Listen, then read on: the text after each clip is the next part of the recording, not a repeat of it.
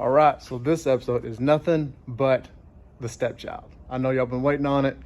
People have been asking me about it. So we're gonna go over a full detail of everything I've done to it because I haven't been filming, so we're gonna get to it. So first things first, we'll start with my brake master cylinder.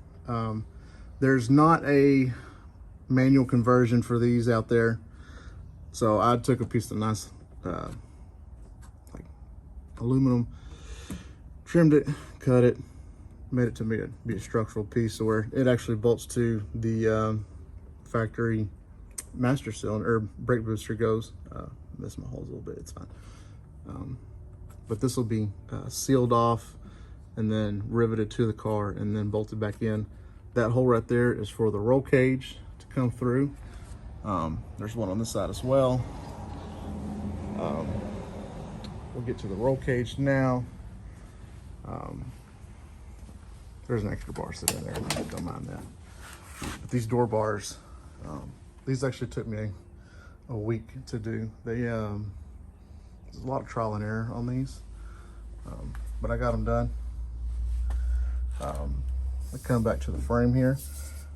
I couldn't find anywhere that said that these door bars had to go to the main hoop of the cage. They just had to go right behind the kidney part of the driver. So with that being part of the frame, no one said anything about it being negative, so here it is. Don't judge my welds. I haven't cleaned them. But got my plates welded to the frame, and then coming up, got my dash bar in. I still got to do those door bars. I actually got these in last night. Decided to cut the floor out to access in here. It kind of made an aha moment for me when after I cut this floor out, because it was been patched before and it was just pretty bad. There was a lot of bad fiberglass over there that was rotting out, so I cut it all out. So, but doing this made me realize there's so much more room to be found and utilized in this car than what's originally available with the original fiberglass. So we'll get to that in a minute, but got my brace in. Here is my harness bar. I got it mounted real low because I'm basically sitting IndyCar or NASCAR style in this car. I mean, I'm really cooped up and leaned back a lot. But I can reach everything from me. Like the shifter location's perfect. Steering wheel location's perfect. I got my quick release welded to the factory. Steering column for now. That glare. All right, sitting outside. And I'm gonna try to use the factory pedals. Eventually we'll be going with a Woodward steering column and tilting pedals eventually. But for now, just to get me on the road, get me going, this is what we're gonna do. If I have to cut and change these angles, because it's pretty close for me, I'm hoping I'm able to change them up a little bit so they'll work.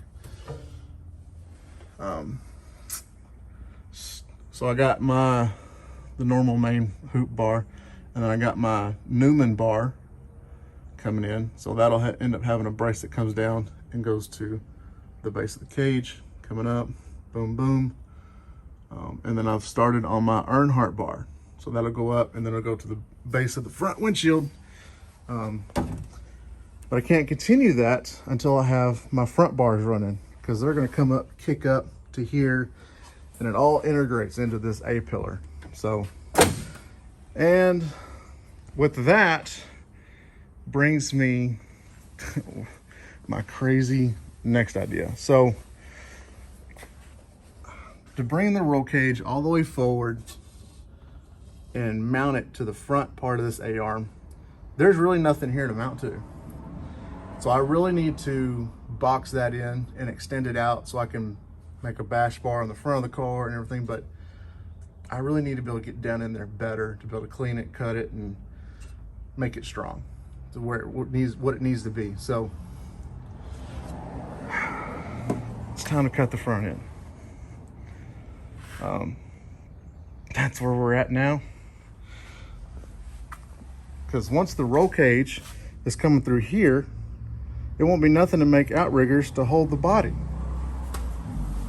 Because, I mean, it's already a race car, might as well make it removable. So I guess let's get to cutting. Let's figure that out. All right, we did it. There she's cut. Both sides.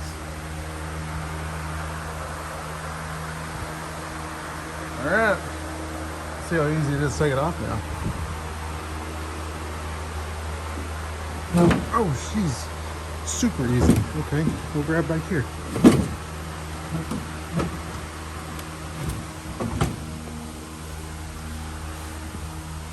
Huh.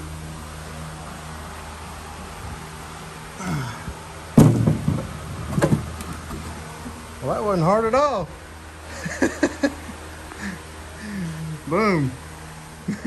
Well, fast forward 6 hours. Here we are.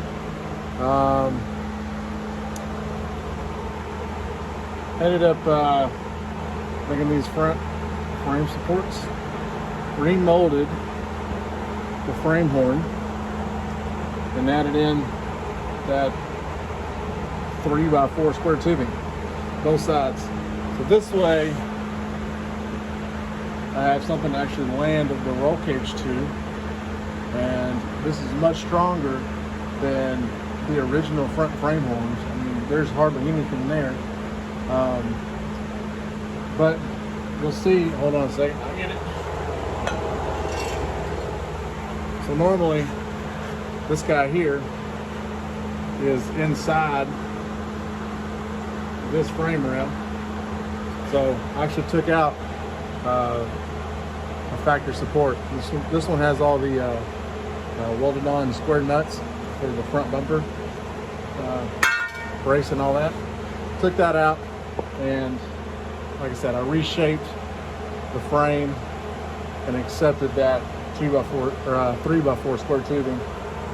Got it all welded in, spot welded in. I'll end up putting some main caps on it.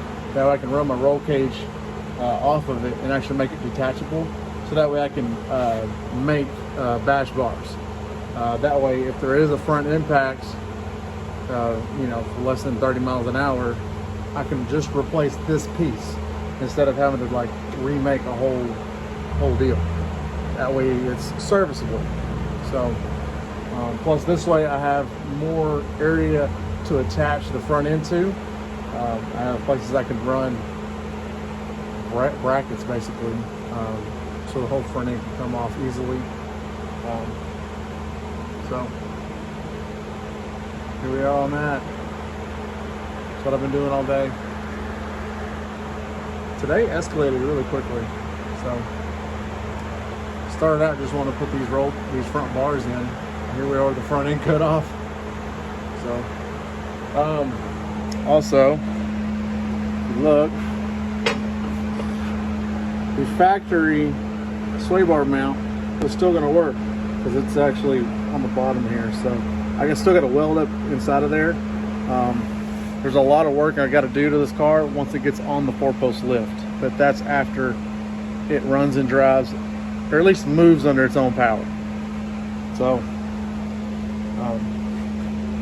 yeah, I mean it's crazy. So we're gonna end it off for today. Gonna clean up. It's been a day. All right.